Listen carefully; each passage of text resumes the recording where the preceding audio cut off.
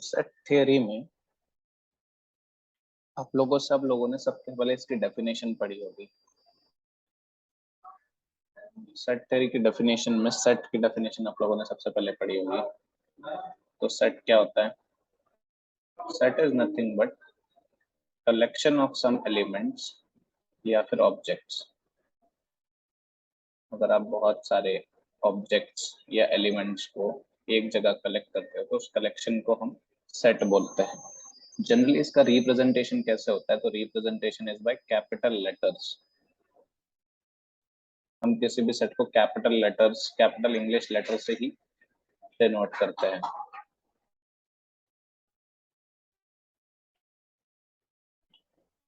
जैसे कि आप लोगों ने पढ़ा होगा सेट ए, सेट बी, वैसे ही कुछ। जैसे यहाँ पे आप एग्जांपल ले सकते हो। एक एग्जांपल लेता हूँ मैं सेट ए, जिसके अंदर आपके एलिमेंट्स है 1 2 3 4 5। ऐसे एलिमेंट्स का ये एक सेट हो गया। तो इस ए को यहाँ पे हम सेट बोलते हैं। वैसे ही बी एक सेट हो गया, एक्स वाई जेड सपोज। जरूरी नहीं कि जितने भी एलिमेंट्स हो उन सबका आपस में कोई रिलेशन हो। आप किसी एक सेट को ऐसे भी डिफाइन कर सकते हो, 1x एप्पल, या फिर मैथमेटिकल सिंबल्स भी सिग्मा, पाई। किसी भी तरह का रिलेशन होना जरूरी नहीं है एक एलिमेंट्स का दूसरे एलिमेंट्स के। जैसे अगर आप ए में देखोगे तो आपको दिखेंगे सारे नंबर्स है, बी में देखोगे तो यहाँ पे आपको वेरिएबल्स वाले लेटर्स दिखेंगे एक्स वाई। तो जरूरी नहीं है कि एक एलिमेंट का दूसरे एलिमेंट से किसी तरीके का रिलेशन हो। ये होता है हमारा सेट का डेफिनेशन। सेट के बाद जो आपको पढ़ना होता है उसको बोलते हैं सबसेट।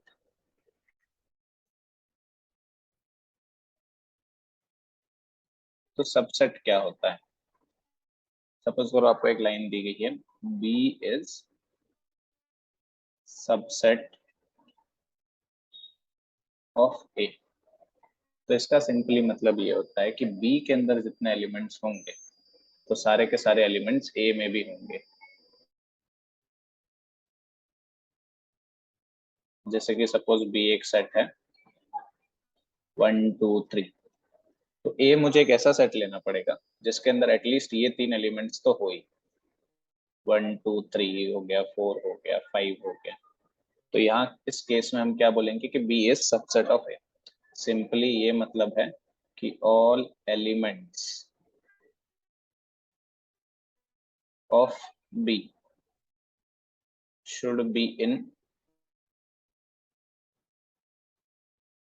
Set A also. तब हम बोलेंगे कि set B is subset of A. और इसको डिनोट करने का तरीका क्या था? B is subset of A. ये सारी चीजें आप पढ़ चुके हैं।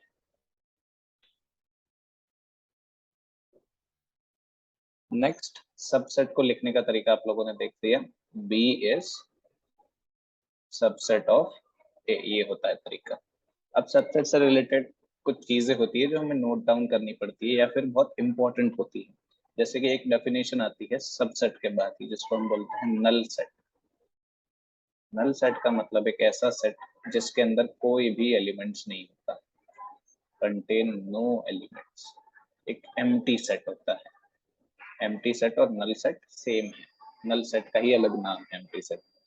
नल सेट को हम दिखाते हैं या तो फिर दो कर्ली ब्रैकेट जिसके अंदर कुछ नहीं है, और उसका रिप्रेजेंटेशन होता है इस लेटर से जिसको हम बोलते हैं फाई। जो फाई आया या ऐसा आया, इसका मतलब हो जाएगा आपका वो नल सेट है। अब सबसेट से रिलेटेड दो बातें जो ध्यान में रखनी है उसमें से नोट में पहली चीज जो है वो ये है कि every set is a subset of itself. Her set खुद का सबसेट होता है। क्योंकि सबसेट की कंडीशन क्या है? बी के सारे एलिमेंट, जैसे आप यहाँ देखो, बी के सारे एलिमेंट्स ए में होने चाहिए। तो अगर बी के सारे एलिमेंट यहाँ पे ऊपर आपको 1 2 3 थे ना, ऊपर आपको एलिमेंट्स 1 2 3 थे, तो 1 2 3 के एलिमेंट्स इसमें है 1 2 3 4 5 में। वैसे ही 1 2 3 के एलिमेंट्स 1 2 3 में भी है, तो every set is a subset of itself. Second जो चीज है नोट डाउन करने वाली वही है कि null set is subset of every set. मतलब कोई भी सेट लो, उसका एक सबसेट होता ही है जो होता है नल सेट। यानी कि अगर इन दोनों नोट को आप ध्यान से देखोगे ना, तो चाहे कोई भी सेट हो, फॉर एनी सेट, दो उसके सबसेट फिक्स हो गए। पहला है वो इटसेल्फ, खुद ही खुद का सबसेट रहेगा, और दूसरा सेट हो गया नल सेट, वो भी उसका सबसेट रहेगा। तो हर सेट के दो सबसेट तो आपको फिक्स मिल गए।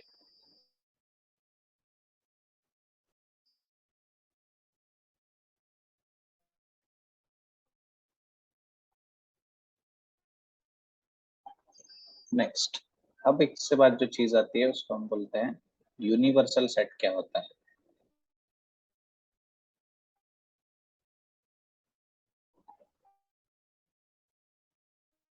जैसे आप 3 से 4 सेट जो है स्टडी कर रहे हो, या 3 से 4 सेट आपको गिवन है किसी भी क्वेश्चंस में, तो एक ऐसा सेट जिसमें वो 3 4 सेट्स के जितने भी एलिमेंट्स है उन सबको कंबाइन कर लिया जाए, सारे एलिमेंट्स को अगर काउंट कर लिया जाए, तो वो सारे एलिमेंट्स या फिर वो सारे सेट इस यूनिवर्सल सेट के सबसेट होते हैं।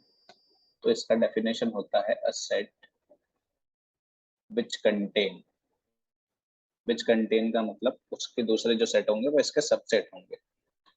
Which contain all other sets under consideration. जितने भी सेट्स आप कंसिडर कर रहे हो उन सब का, अगर वो सारे के सारे सेट अगर इसके सबसेट है, तो ऐसे सेट को हम बोलते हैं यूनिवर्सल सेट। जैसे यहाँ पे अगर हम दो सेट लें, एक ए सेट है जिसके अंदर एलिमेंट्स है आपके 1 2 3 4 5 और 6, और एक सेट लेते हैं बी जिसके अंदर आपके सिर्फ इवन नंबर्स है 2 4 6 8 10 12।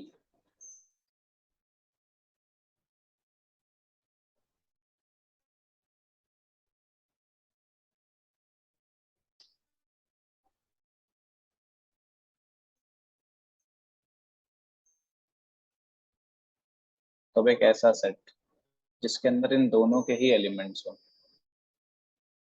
तो उसको हम लोग यूनिवर्सल सेट बोलेंगे। तो दोनों के एलिमेंट्स के लिए उसको मिनिमम एलिमेंट्स इन दोनों का ये रखना पड़ेगा, 6 तक होना चाहिए। उसके बाद जो एलिमेंट्स बच गए वो आपके हैं 8 10 और 12। तो इसके साथ आप 8 10 और 12 ऐड कर दीजिए।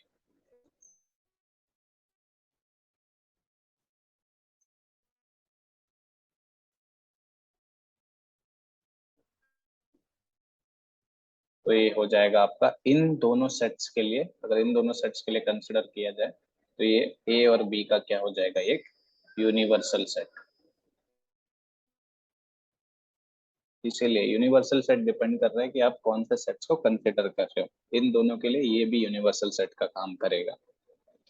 यूनिवर्सल सेट का सिंपल ही मतलब जितने भी सेट्स आप कंसिडर कर रहे हो उन सब का सुपर सेट, इसको हम बोलते हैं सुपर सेट। जैसे सबसेट होता है वैसे सुपर सेट होता है। अगर बी ए का सबसेट है तो ए बी का सुपर सेट है। जैसे मैंने बोला बी ए का सबसेट है, बी जो है वो ए का सबसेट है, तो ए जो है वो बी का क्या होगा, सुपर सेट होगा। और यूनिवर्सल सेट उसको बोलते हैं जो जितने भी सेट्स हम कंसिडर कर रहे हैं उन सब का सुपर सेट है। ऐसे सेट को हम यूनिवर्सल सेट बोलते हैं। अब सेट के साथ साथ कुछ कुछ ऑपरेशंस भी आते हैं।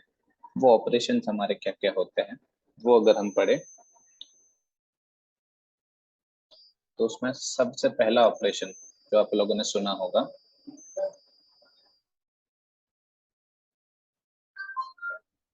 वो होता है यूनियन ऑफ टू सेट्स।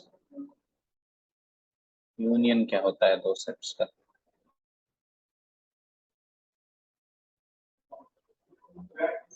अब सपोज ले लो आप एक ए सेट है जिसके अंदर एलिमेंट्स है 1 2 3। एक सेट है बी जिसके अंदर एलिमेंट्स है 9, 8, 7 ऐसे एलिमेंट्स है। तो यूनियन का मतलब है दोनों के एलिमेंट्स को आपको कंबाइन करना है, जिसमें यूनियन का सिंबल होता है यू। यू जैसे ही आपको लिखना पड़ता है तो ऐसे डिफाइन होता है। ए यूनियन बी का सेट आपका डिफाइन हो जाएगा। इन दोनों के एलिमेंट्स को आपको कंबाइन करना है, और अगर कोई एलिमेंट सेम है तो उसको रिपीट नहीं करना। ये हो गया हमारा ए यूनियन बी इस पर्टिकुलर केस के लिए। वैसे अगर आपका एक है सी सेट जिसके अंदर एलिमेंट है 1, 2, 3, 5, 6, 8, और एक सेट है डी जिसके अंदर एलिमेंट है 2, 3, 5, 7 एंड 11, ऐसे सारे सेट्स हैं। तो इस केस में सी यूनियन डी मेरा क्या हो जाएगा, जो एलिमेंट सेम है उसको लिखना एक ही बार है। जैसे यहाँ पे 1 है, फिर 2 है, फिर 3 है, 4 नहीं है दोनों में भी तो लिखना ही नहीं है, 5 है दोनों में एक ही बार लिखना है, लेकिन 6 है, 7 है, 8 है, 11 है। तो अगर आप यूनियन को ध्यान से देखोगे ना, तो यूनियन का मतलब हो गया जो एटलीस्ट एक में तो है एलिमेंट, ऐसा एलिमेंट। तो इसमें वो सारे एलिमेंट्स लेने जो at least one of the set में हो। यानी कि अगर ए और बी में लिखूं तो लिख सकता हूं मैं आइदर ए में हो और बी में हो, और सिंपली ए और बी दोनों में से किसी एक में तो हो एटलीस्ट। तो यूनियन का मतलब होता है एटलीस्ट वन। आपको क्वेश्चन में भी बहुत बार आता है एटलीस्ट वन, तो एटलीस्ट वन का मतलब होता है उन दोनों का यूनियन लेना है। या फिर अगर आपको बोला जाए ए और बी, तो ए और बी का मतलब भी यूनियन होता है, दो सेट का यूनियन। अब एक सिंबल होता है जो आपको ध्यान में रखना है। सिंबल होता है कि कौन सा एलिमेंट किससे बिलोंग करता है, उसके लिए क्या सिंबल यूज करते हैं।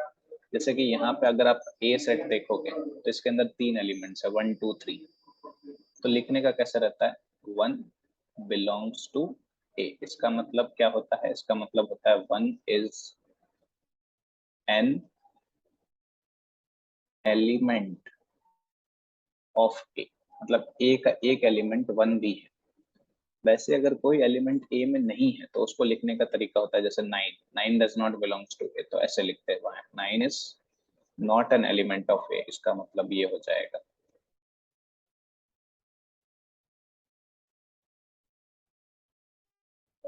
बाकी कॉपी।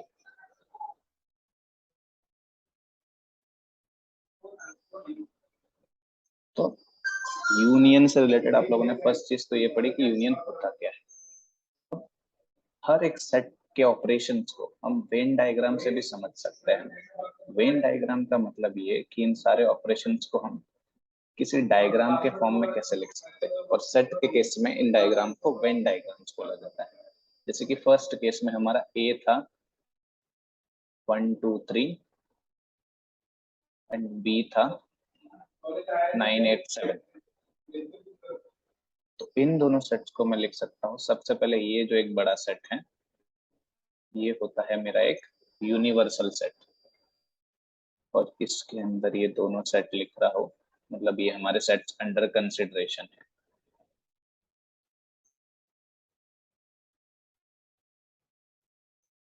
डायग्राम थोड़ा गड़बड़ हो रहा है, फिर से बना देंगे।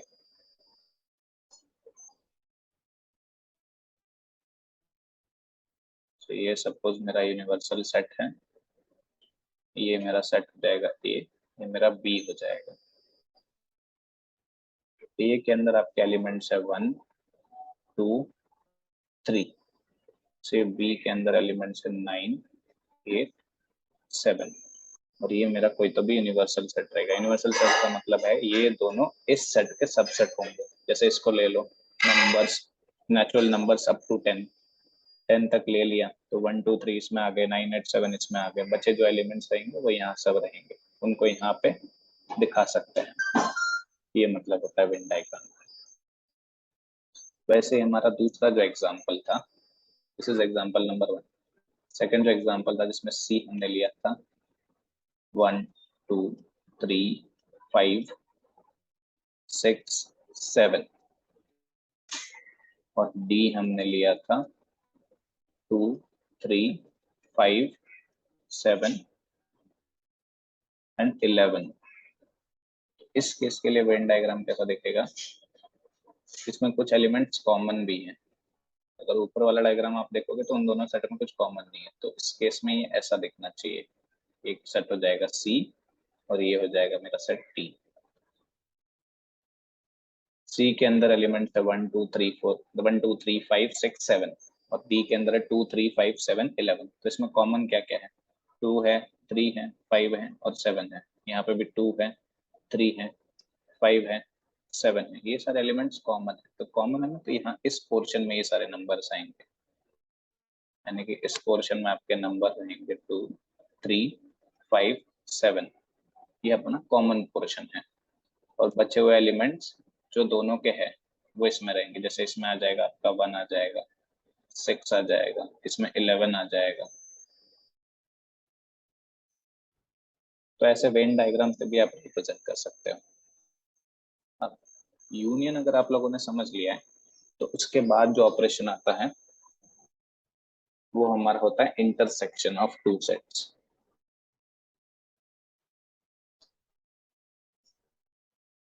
तो इंटरसेक्शन क्या होता है दो सेट्स का,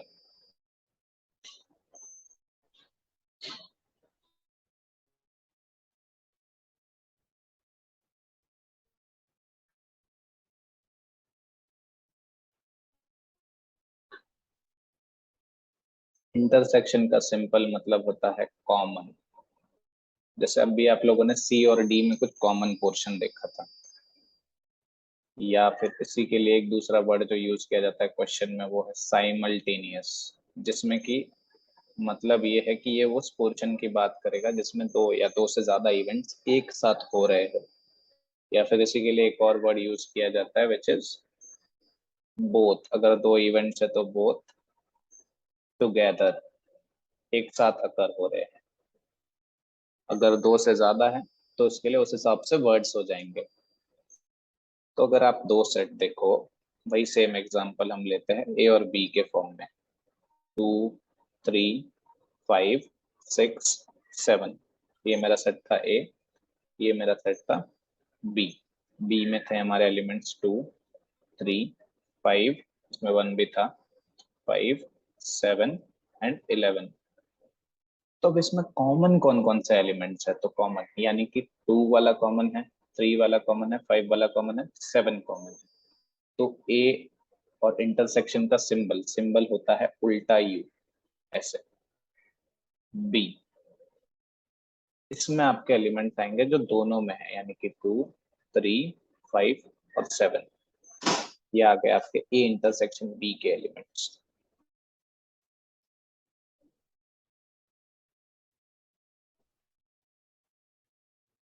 अब देखो, ये इंटरसेक्शन बी का मतलब क्या है कि ये जो जितने भी इसमें एलिमेंट्स आ रहे हैं ना, वो दोनों में, और दोनों में होने का मतलब है कि ये पॉइंट्स पे, मतलब 2 वैल्यूज 3 वैल्यूज 5 वैल्यूज 7 वैल्यू, ये सारी जो वैल्यूज है ये दोनों भी इवेंट्स ले रहे हैं।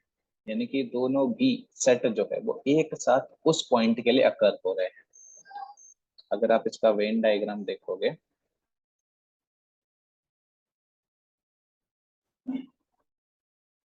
चलो शेप्स की मदद से इस बार वेन डायग्राम बनाते हैं,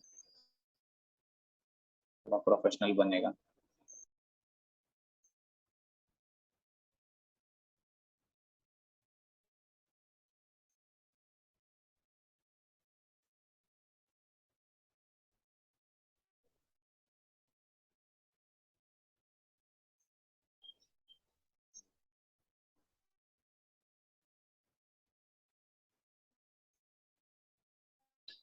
तो अगर ये मेरा सेट हो जाएगा ए और ये मेरा सेट हो जाएगा बी, तो ये जो पोर्शन है जहाँ पे दोनों इवेंट्स एक दूसरे को इंटरसेक्ट कर रहे हैं, उसी को हम बोलते हैं ए इंटरसेक्शन बी, सिर्फ इस वाले पोर्शन को।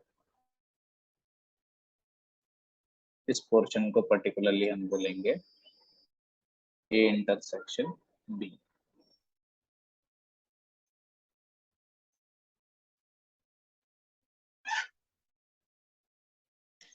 अगर आप लोगों ने ए इंटरसेक्शन बी समझ लिया है तो एक फॉर्मूला होता है जो ए इंटरसेक्शन बी और ए यूनियन बी को कनेक्ट करता है।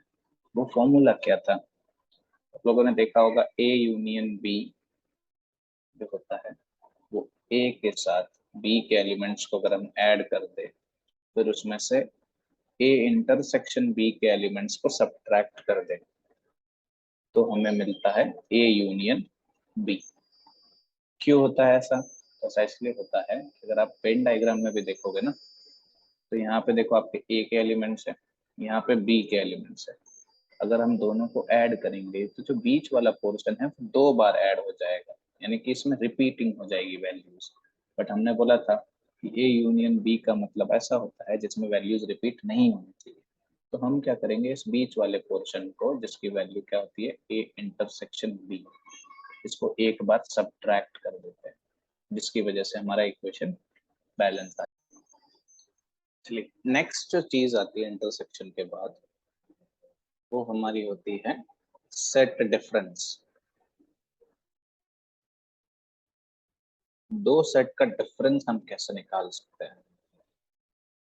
देखो सेट थ्योरी के ऊपर ही बेस्ड आपका रिलेशंस भी होता है, फंक्शंस भी इसी के ऊपर बेस्ड है, फिर आपकी प्रोबेबिलिटी में भी सेट थ्योरीज का ही इस्तेमाल होता है।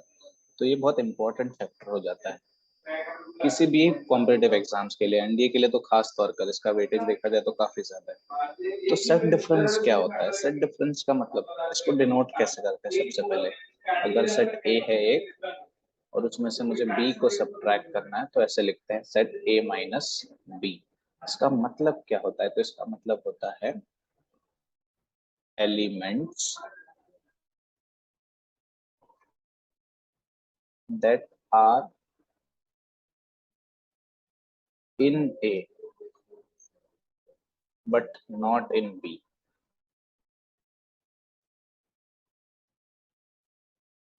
कई बार इसको एग्जाम में लिख दिया जाता है ओनली ए, तो उसका भी मीनिंग सेम है, मतलब सिर्फ ए अकर हो रहा है, सिर्फ ए, बी नहीं होना चाहिए।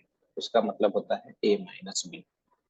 जैसे यहाँ पे एग्जांपल देख लो आप, एक सेट है ए जिसके अंदर एलिमेंट्स है 1 2 3 4 5 6, ये सारे एलिमेंट्स है। फिर बी एक सेट है जिसके अंदर एलिमेंट्स है 2 4 6 8 10। तो ए माइनस बी क्या हो जाएगा? तो ए माइनस बी का मतलब मैंने क्या बोला, elements that are in A but not in B. तो यहाँ पे देखो 2 है 4 है और 6 है, ये यहाँ पे भी है।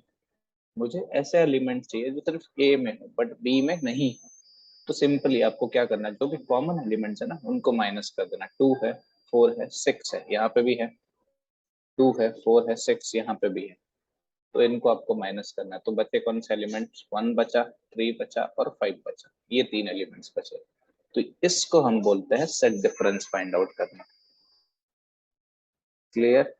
दूसरा और क्या चीज है इसमें आपको ध्यान में रखने वाली बात ये भी है कि अगर आप ए में से ए इंटरसेक्शन बी के एलिमेंट्स को कम कर दो तो आपको ए माइनस बी मिल जाएगा। ए में से मैंने क्या किया, ए इंटरसेक्शन बी यानी कि दोनों के जो कॉमन एलिमेंट्स थे उनको माइनस कर दिया तो मुझे सेट डिफरेंस मिला। ये भी एक तरीका है सेट डिफरेंस निकालने का। अब जब आप लोगों ने सेट डिफरेंस समझ लिया है तब हम देखते हैं कि कॉम्प्लीमेंट क्या होता है। एक सेट का कॉम्प्लीमेंट क्या होता है? सो कॉम्प्लीमेंट के लिए हमें सबसे पहले एक सेट चाहिए रहेगा, सपोज ए एक सेट है और दूसरा मैंने अभी आप लोगों को बताया कि you is a symbol of universal set. एक यूनिवर्सल सेट जो होता है, यूनिवर्सल सेट का मतलब ये है कि जितना भी सेट हम स्टडी कर रहे हैं, जितना भी सेट हमारे किसी क्वेश्चन के लिए दिया गया है, उन सब का सुपर सेट जो रहेगा वो यूनिवर्सल सेट रहता है। और अगर मुझे ए का कॉम्प्लीमेंट पूछा है तो ए के कॉम्प्लीमेंट को सबसे पहले डिनोट करते हैं ए सी से या फिर ए डैश से या फिर ए के ऊपर बार से। ये तीनों ही नोटेशंस या डिनोट करने के तरीके हैं। For A's complement. और इसका डेफिनेशन क्या है, यानी कि इसका मतलब क्या है? तो ए कॉम्प्लीमेंट का मतलब होता है यूनिवर्सल सेट में से ए का डिफरेंस। क्लियर? अब इसको भी एग्जांपल से समझना है। सेम एग्जांपल लेते हैं। ए मेरा सेट था 1 2 3 4 5 6, और बी मेरा क्या सेट था 2 4 6 8 10। तो मुझे यूनिवर्सल सेट एक ऐसा लेना पड़ेगा जिसमें 10 तक के एलिमेंट्स तो मिनिमम हो। तो सपोज मेरा यूनिवर्सल सेट है 1 2 3 4 5 और ये 10 तक जा रहा है। इसमें सारे एलिमेंट्स आ गए, ए के भी आ गए, बी के भी आ गए। तो ये वाला जो यू है और ए और बी दोनों का आपका सुपर सेट हो गया। तो ए का कॉम्प्लीमेंट चाहिए तो वो हो जाएगा यू में से ए को सब्ट्रैक्ट कर देने का। तो इसमें कॉमन एलिमेंट्स कौन से हैं? 1 2 3 4 5 6, इतना तक कॉमन। तो बचेंगे कौन से एलिमेंट्स? 7 8 9 एंड 10। ये हो गया मेरा ए का कॉम्प्लीमेंट। यहाँ तक क्लियर? अब ए कॉम्प्लीमेंट के बाद आपको उससे रिलेटेड ही कुछ चीजें पढ़नी पड़ती है। जैसे आपने जो भी ऑपरेशंस पढ़े ना अभी तक, उन ऑपरेशंस को हम किसी सेट के ऊपर कैसे लगा सकते हैं। जैसे पहली चीज आप इसमें नोट कर सकते हो, मुझे आप ये बताइए ए यूनियन फाई क्या होगा? आप वीडियो पॉज करके इसका आंसर दीजिए।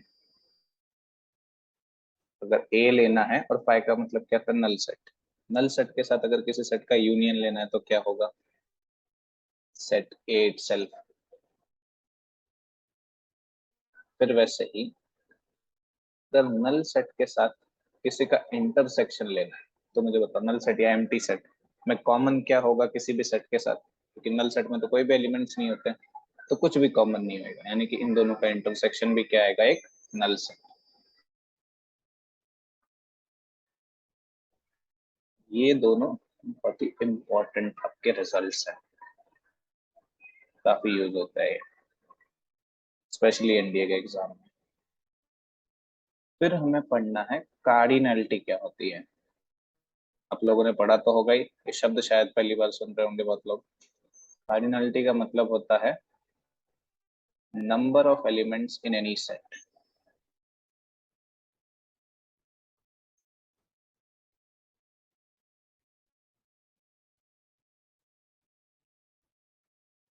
जैसे यहाँ पे ए मेरा सेट था 1 2 3 4 5 6, तो इसमें टोटल नंबर ऑफ एलिमेंट्स कितने हैं? 6 एलिमेंट्स हैं। तो कार्डिनलिटी को लिखने का तरीका होता है, एक तो एन ऑफ ए, मतलब नंबर ऑफ एलिमेंट्स इन 6 है।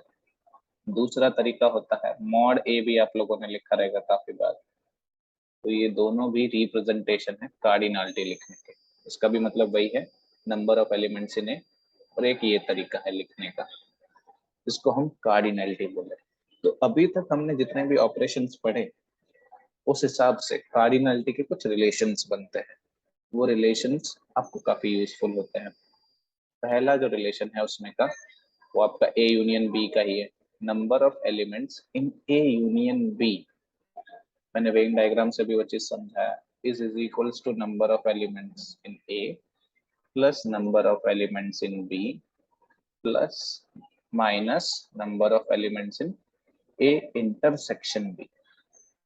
आप चाहो तो किसी भी एक एग्जांपल के लिए वेरीफाई कर सकते हो इस चीज को। जैसे कि ए अपना सेट इधर ही 1 2 3 4 5 6 था ए। बी मेरा क्या सेट था? 2 4 6 8 एंड 10। सेम भाई एग्जांपल्स लिए मैंने।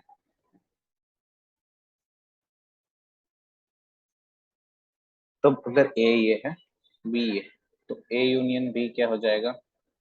ए यूनियन बी का मतलब एटलीस्ट वन के भी एलिमेंट्स, तो दोनों के एलिमेंट्स कंबाइन करने हैं आपको। तो 1 2 3 4 5 6, 6 के बाद आ जाएगा 8, फिर 10।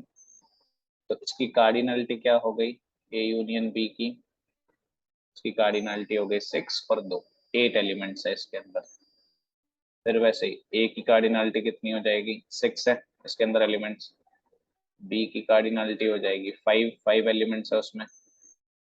अब ए इंटरसेक्शन बी क्या निकलेगा आपका? ए इंटरसेक्शन बी का मतलब बोथ टुगेदर, यानी कि दोनों का कॉमन एलिमेंट्स 2 है कॉमन, 4 है कॉमन, 6 है कॉमन। तो ये आपका ए इंटरसेक्शन बी निकला। इसके अंदर एलिमेंट्स कितने हो जाएंगे, यानी कि इसकी कार्डिनलिटी कितनी हो जाएगी, 3। अब इसको वेरीफाई करते हैं। देखो इस तरफ आपका क्या है, number of elements in A union B कितना आ रहा है, 8।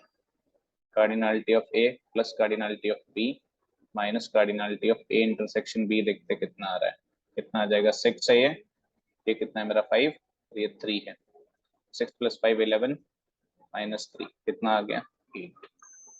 तो आपका number of elements in A union B is equals to होता है number of elements in A plus number of elements in B minus number of elements in A intersection B. Next, वैसे 3 set का relation क्या बन जाएगा। 3 set के relations को generally मैं इसके लिए फॉर्मूलाज याद नहीं करता हूँ, मैं सिंपली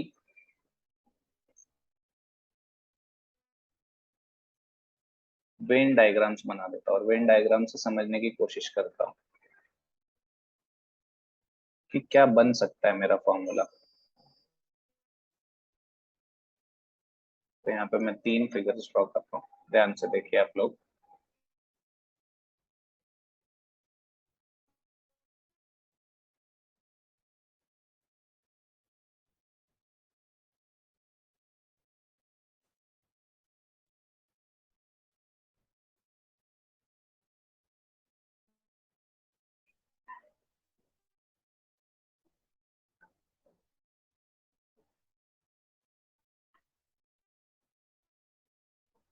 अब सपोज ये मेरा एक सेट है ए, ये मेरा सेट है बी,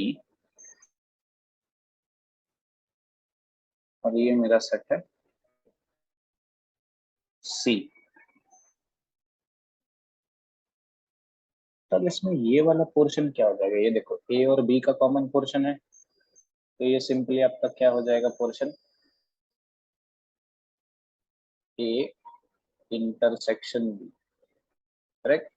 वैसे ये पोर्शन हो जाएगा आपका बी इंटरसेक्शन सी, और ये पोर्शन हो जाएगा ए इंटरसेक्शन सी। ए और सी का कॉमन, ये बी और सी का कॉमन, ये ए और बी का कॉमन। ये जो बीच वाला पोर्शन है ये तीनों के बीच में कॉमन है, तो ये क्या हो जाएगा मेरा, A intersection B intersection C, तीनों का कॉमन पोर्शन, यानी कि यहाँ पे तीनों इवेंट्स एक साथ हो रहे हैं। अब अगर मुझे फॉर्मूला बनाना हो, suppose number of elements in A union B union C का, तो कैसे बना सकते हो आप। सबसे पहले मुझे ये पता करना है कि इन तीनों को ऐड करने से क्या हो सकता है, यानी कि आप ए के सारे एलिमेंट्स ऐड कर दो, फिर बी के सारे एलिमेंट्स ऐड कर दो, फिर सी के सारे एलिमेंट्स ऐड कर दो। तब जनरली हमारा क्या होता है, वेन डायग्राम समझाते वक्त ए यूनियन बी के केस में क्या हुआ था, बीच वाला जो पार्ट है वो 2 बार ऐड हो जाता है, रिपीट हो जाता है, तो उसको एक बार हम सब्ट्रैक्ट करते हैं। इस केस में वो क्या होता है वो हम देखेंगे। तो सपोज मेरे को रिक्वायर्ड पोर्शन क्या है A union B union C के लिए, मतलब मेरे को पूरे इस एरिया के आपको एलिमेंट्स चाहिए, इस सारे एरिया के एलिमेंट्स चाहिए A union B union C के लिए। इस सारे एरिया के एलिमेंट्स निकालोगे तभी भी आपको A union B union C मिलेगा। तो सबसे पहले मैंने इसके लिए क्या किया, मैंने ए के एलिमेंट्स उठा दिए, फिर बी के एलिमेंट्स उठा दिए, फिर सी के एलिमेंट्स उठा दिए। अब इससे हुआ क्या, जब मैंने ए के साथ बी को ऐड किया तो ये बीच वाला जो पोर्शन है 2 बार ऐड हो गया। वैसे ही जब मैंने बी के साथ सी को ऐड किया तो ये जो बीच वाला पोर्शन है ये 2 बार ऐड हो गया। ए और सी के केस में ए इंटरसेक्शन सी 2 बार ऐड हो गया। तो जब ये सब 2 बार ऐड हो गए तो इन सबको एक एक बार आपको सब्ट्रैक्ट करना पड़ेगा, यानी कि number of A intersection B minus number of B intersection C minus number of A intersection C. अब तीनों को आपने एक एक बार माइनस तो कर दिया, इसके चक्कर में हुआ क्या, ये बीच वाला जो पोर्शन है ये गायब ही हो गया, इसको आपने पूरी तरह से नेग्लेक्ट कर दिया, ये कट गया है मेरा पोर्शन ये वाला। तो इसको फिर से रीगेन करना पड़ेगा। इसको रीगेन करने के लिए मैं क्या करूंगा, इसको मैं एक बार ऐड कर दूंगा। तो इसके आगे फॉर्मूला में आ जाएगा plus number of elements in A intersection B intersection C.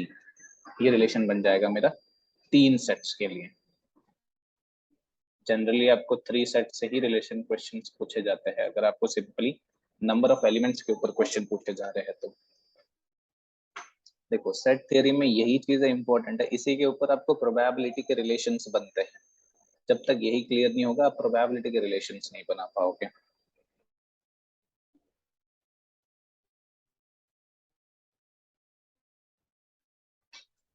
अब जैसे एक एग्जांपल ये ले लो, हमने अभी अभी देखा था कि अगर ये एक सेट है ए, ये बी है, ये मेरा हो जाता है ए इंटरसेक्शन बी। अगर आपको ए माइनस बी के एलिमेंट्स चाहिए, इसका मतलब सबसे पहले तो आपको चाहिए क्या, ओनली ए। आपको एग्जाम में ऐसा क्वेश्चन पूछ देता है कि हमें जो है ओनली ए के एलिमेंट्स बताइए, या फिर ऐसा पूछ देगा एलिमेंट्स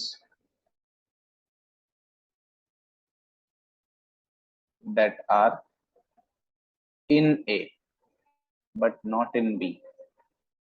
नॉट इन बी के आपको चाहिए, तो इसका सिंपली मतलब क्या हो जाएगा, वेन डायग्राम से समझोगे तो आपको इस पोर्शन के बारे में पूछ रहा है, इस वाले पोर्शन के बारे में। करेक्ट।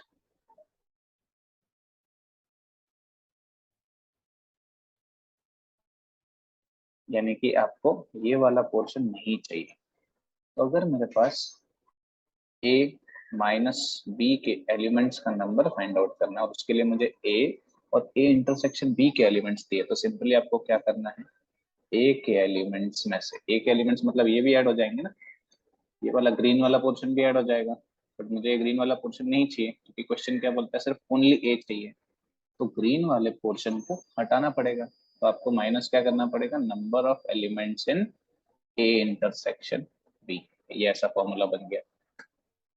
इन केस आपको ये ना देकर के यूनिवर्सल सेट या किसी और चीज का नंबर दिया है, तो अगर आप देखो ए माइनस बी का मतलब ये भी होता है कि आप ए के साथ बी कॉम्प्लीमेंट का इंटरसेक्शन ले रहे हो। कैसे, तो ये देखो, ये मेरा यूनिवर्सल सेट है, इसके अंदर 2 सेट बना दो आप, ए और बी।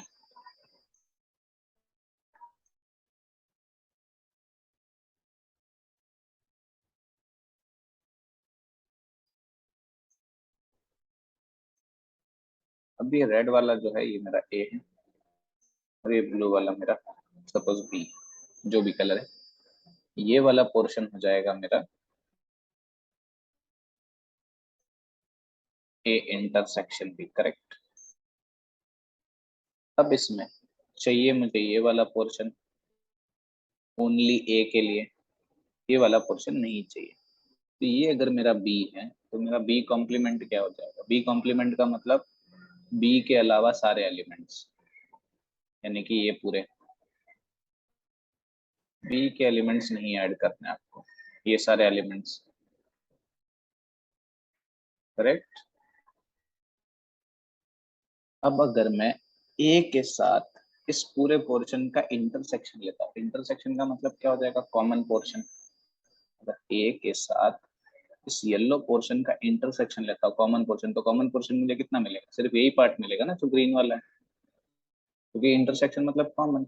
और पूरे एरिया में कॉमन कॉमन क्या एलिमेंट है, सिर्फ यही, क्योंकि ए तो इसके बाहर जा ही नहीं रहा है और बी में ये यही पार्ट आ रहा है, तो आपको ये फाइंड करना है।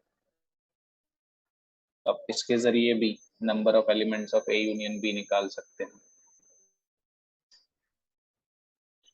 तो number of elements of A minus B, और क्या हो सकता है, number of elements in A intersection B complement. तो जिस तरह से आपको क्वेश्चन में दिया होगा वेन डायग्राम से आप उस तरह किसी भी 2 सेट्स को कनेक्ट करके फॉर्मूला बना सकते हैं। जरूरी नहीं है आपको सारे फॉर्मूला याद रहो, क्योंकि सेट थियरी में हर 2 सेट्स को लेके बहुत सारे फॉर्मूला बन सकते हैं, उसमें सारे फॉर्मूला याद करना मुश्किल है। तो आप वेन डायग्राम को बनाओ, वेन डायग्राम के जरिए आपको देखो कि क्वेश्चंस में क्या क्या दिया हुआ है, फिर उस हिसाब से आपको जो जो सेट चाहिए उन सेट्स को आप साइड में कर लो। जैसे अभी एक 2017 का एक क्वेश्चन लेता हूँ मैं आपके सामने एनडीए का, और आप देखो उसमें कि क्या आया है। अब जैसे 2017 के सेकंड अटेम्प्ट में आपको ये क्वेश्चन आया था, जिसमें आपको A intersection B intersection C bar दिया हुआ था। फिर आपको और एक चीज दी हुई थी, number of elements in A bar. A bar का मतलब A complement, intersection B intersection C complement, इसकी भी कुछ वैल्यूज दी हुई थी। और आपसे पूछा गया था number of elements in B intersection C complement बताइए। तो इसको निकालने का क्या तरीका है? इसमें आपको सारे फॉर्मूलाज तो याद नहीं रहेंगे, तो हम देखते हैं कि इन दोनों को कनेक्ट करके वेन डायग्राम्स के थ्रू क्या ये निकल सकता है या नहीं निकल सकता है।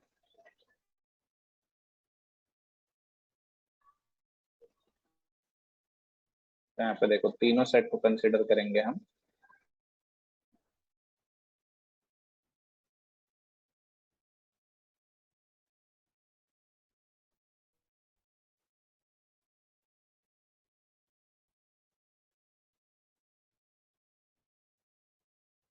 ये मेरा सपोज सेट ए है, ये बी है, ये सी है। अब सबसे पहले जो दिया हुआ है उनको हम कनेक्ट करने की कोशिश करते हैं कि वो एग्जैक्टली कौन से पोर्शन की बात कर रहे हैं। यहाँ पे देखो आपको ए दिया है, इंटरसेक्शन बी दिया है। ए इंटरसेक्शन बी का सबसे पहला तो मतलब हो जाए कि ये पर्टिकुलर पोर्शन, करेक्ट। सिर्फ इस पोर्शन की बात हो रही है। इसके नीचे वाला पोर्शन भी आएगा इंटरसेक्शन बी, बट वहां पे आपको दिया है intersection with C complement. C complement का मतलब ये हो जाएगा कि सी के एलिमेंट तो नहीं होने चाहिए। तो सी के एलिमेंट नहीं होने चाहिए, इसका मतलब सी के अंदर आपको नहीं जाना है, आपको सिंपली यही एलिमेंट, ये इतना पोर्शन आपसे, यानी कि इस पोर्शन की वैल्यू आपके पास दी हुई है। तो नेक्स्ट आपको किस पोर्शन की वैल्यू दी गई है? ए बार इंटरसेक्शन बी इंटरसेक्शन सी बार, इसका मतलब ए बार नहीं चाहिए, सी बार नहीं चाहिए। तो ए बार नहीं चाहिए, बी का जो पोर्शन है वो कौन सा मिल जाएगा आपको? ये वाला। ए बार नहीं है ना इसमें, ये ए बार का कॉम्प्लीमेंट, ये ए का कॉम्प्लीमेंट हो गया, और बी के साथ इंटरसेक्शन कर लिया आप लोगों ने, तो ये पोर्शन मिलेगा आपको। और आपको इसमें सी बार भी नहीं चाहिए। यहाँ पे देखो आपको सी बार भी मतलब सी नहीं चाहिए, तो सी का पोर्शन नहीं आना चाहिए, सी बार के साथ कॉम्प्लीमेंट लेना है, मतलब ये पूरा पोर्शन आपका आ गया। ये दोनों पोर्शन से आपको बनाना है बी इंटरसेक्शन सी कॉम्प्लीमेंट। तो आप क्या करोगे, किसी को सब्ट्रैक्ट करोगे या ऐड करोगे? अब बी इंटरसेक्शन सी कॉम्प्लीमेंट का मतलब वो कौन से कॉम्प्लीमेंट की बात कर रहे हैं?